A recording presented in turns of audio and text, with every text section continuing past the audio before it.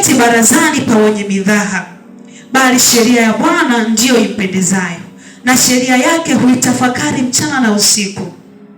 Naye atakuwa kama mti uliopandwa kando kando ya vijito vya maji, uzao matunda yake kwa majira yake, wala jani lake halinyauki, na kila atendalo litafanikiwa. Sivyo walivyo wasio haki, hao ni kama makapi yapeperushwayo na upepo. Kwa hiyo wasio haki hawatasimama hukumuni, wala wakosaji katika kusanyiko la wenye haki.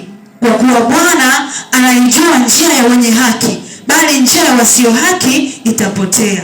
Bwana Yesu asifiwe sana. Amen.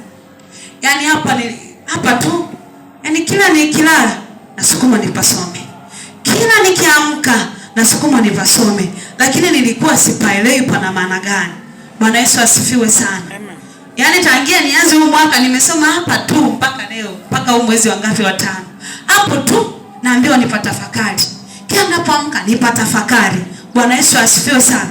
Nikamuuliza baba akanielekeza, lakini bado naona yani bado pana kiu tu. Bwana Yesu asifiwe. Kumbe pointi ilikuwa inakuja katika mstari wa 2. Bwana Yesu asifiwe sana. Wa 2b. Bali sheria ya Bwana ndiyo ipendezayo, na sheria yake huitafakari mchana na usiku. Sheria yake huitafakari mchana na usiku. Bwana Yesu asifiwe sana. Hapo ndipo nilipolipatia hili somo. Na hili somo nilienda kuandika kipindi ambacho nimeenda Dar. Kuna ndoto niliota ambayo inaendana na hili somo. Bwana Yesu asifiwe. Nilipoamka hapo nikaanza kuandika hili somo. Bali sheria yake huitafakari mchana na usiku. Hata sisi wa Kristo tunaelewa. Mtu kitu kama unakiwaza muda wote, unakitafakari muda wote, lazima kitakaa kichwani. Amina. Amina wapendwa. Tuko pamoja? Jamani, tuko pamoja? Kitu kama unakitafakari, lazima kikae kichwani. Ndio maana hata wanasema wasomi, si wengine tulishindwa, kwamba Martha ukitaka ikae kichwani, lazima kwa siku ufanye hesabu moja. Bwana Yesu asifiwe. Ina maana hapo utaweza. Yaani lazima kwa siku usome hesabu hiyo moja. Kwa vile nikagundua kwamba kumbe Mungu anataka kwamba kila tunapoamka tutafakari sheria yake. Kila tunapolala tutafakari sheria yake. Na nikaambiwa kitu kwamba duniani kuna vitu vingi sana. Kama wewe mwana wa Mungu, pale kinapotokea kitu kipya, ikumbuke kwanza sheria ya Mungu. Bwana Yesu asifiwe. Bwana Yesu asifiwe. Mtanielewa tu ninakoenda. Ni kwamba likitoka vazi, kuna gauni limetoka dukani. Bwana Yesu asifiwe. Sheria ya Mungu ikiwa unatafakari kila siku, itaanza, je, hili gauni lililotoka kwa mimi mtumishi wa Mungu linanifaa? Bwana Yesu asifiwe. Unaitanguliza sheria ya nini? Ya Mungu. Sheria ya Mungu ikisema hapana, ina maana hautanunua. Bwana Yesu asifiwe sana. Kuna mtindo umetoka labda wa viatu. Je, hiki kiatu kinanifaa mimi? Bwana Yesu asifiwe. Hiki kinanifaa, unaweza ukanunua. Bwana Yesu asifiwe.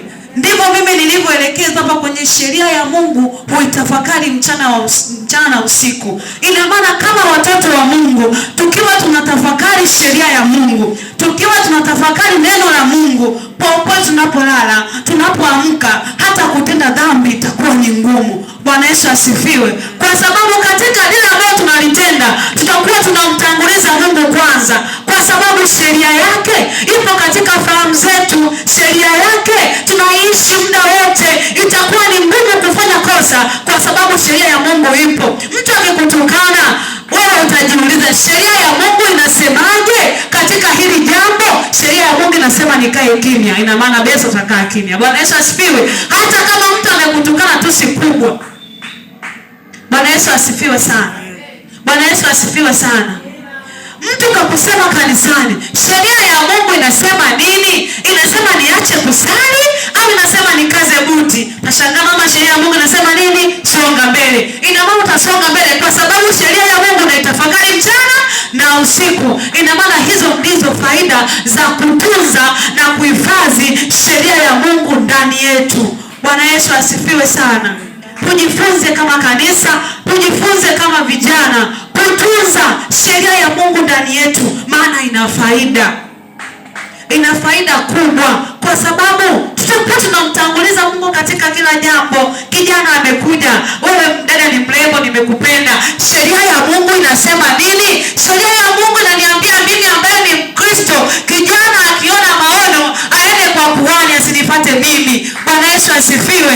Sheria ya Mungu itasema wewe kijana mfuate baba, mimi siruhusiwi kusikia hayo mambo yako. Bwana Yesu asifiwe. Ina maana tunakuwa tumekwepa, lakini tunafanya uovu kwa sababu hatutafakari neno la Mungu, kwa sababu tunavokaa tunawaza maisha, kwa sababu tunavokaa tunawaza hela tu, kwa sababu tunavokaa tunawaza ndoa tu. Bwana Yesu asifiwe. Sheria ya Mungu haijakaa katika fahamu zetu. Asubuhi ya leo tujifunze kutunza sheria ya Mungu ndani yetu.